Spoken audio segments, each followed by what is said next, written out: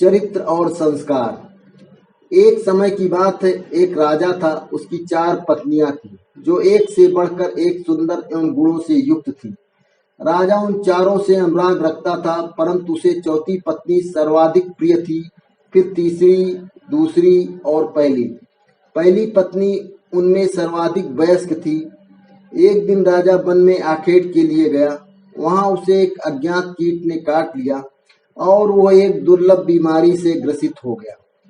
वैद्य एवं तांत्रिकों ने अपनी सारी विद्या का प्रयोग किया, परंतु उसकी अवस्था को सुधार नहीं पाए। अंततः उन्होंने ये कहा कि राजा की मृत्यु निकट है और अब वो कुछ ही दिनों के अतिथि हैं। राजा ने अपनी संपत्ति को रानियों में विभाजित करने का निर्णय किया, क्योंकि उसका कोई उत्तराधिकारी नहीं था। परंतु सामान्य रूप से विभाजन करने की जगह कौन सी रानी उसे कितना प्रेम करती है, इस आधार पर संपत्ति को बांटने का निर्णय किया। उसने एक चतुर योजना बनाई और सभी रानियों को एक एक करके बुलाया।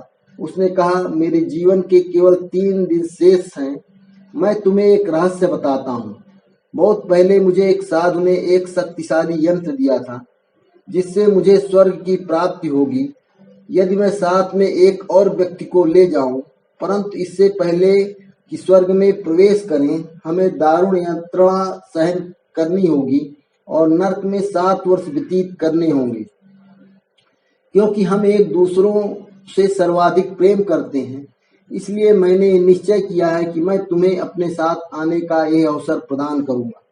उसने चौथी रानी से आरंभ किया, जो सबसे छोटी थी और जिससे वो सबसे अधिक प्रेम करता था।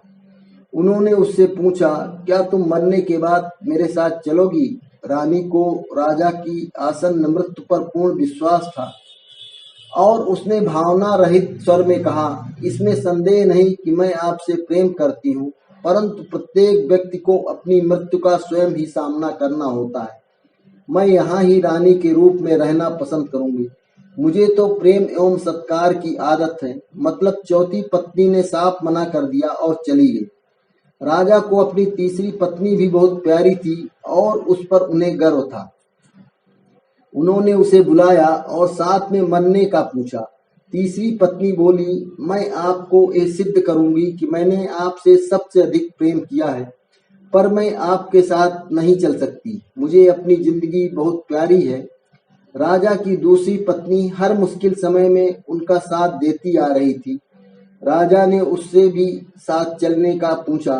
दूसरी पत्नी ने कहा, माफ कीजिए महाराज, मैं इसमें आपकी कोई मदद नहीं कर सकती। मैं आपका अंतिम संस्कार जरूर करवा सकती हूँ और मैं उस वक्त तक आपके साथ रहूंगी।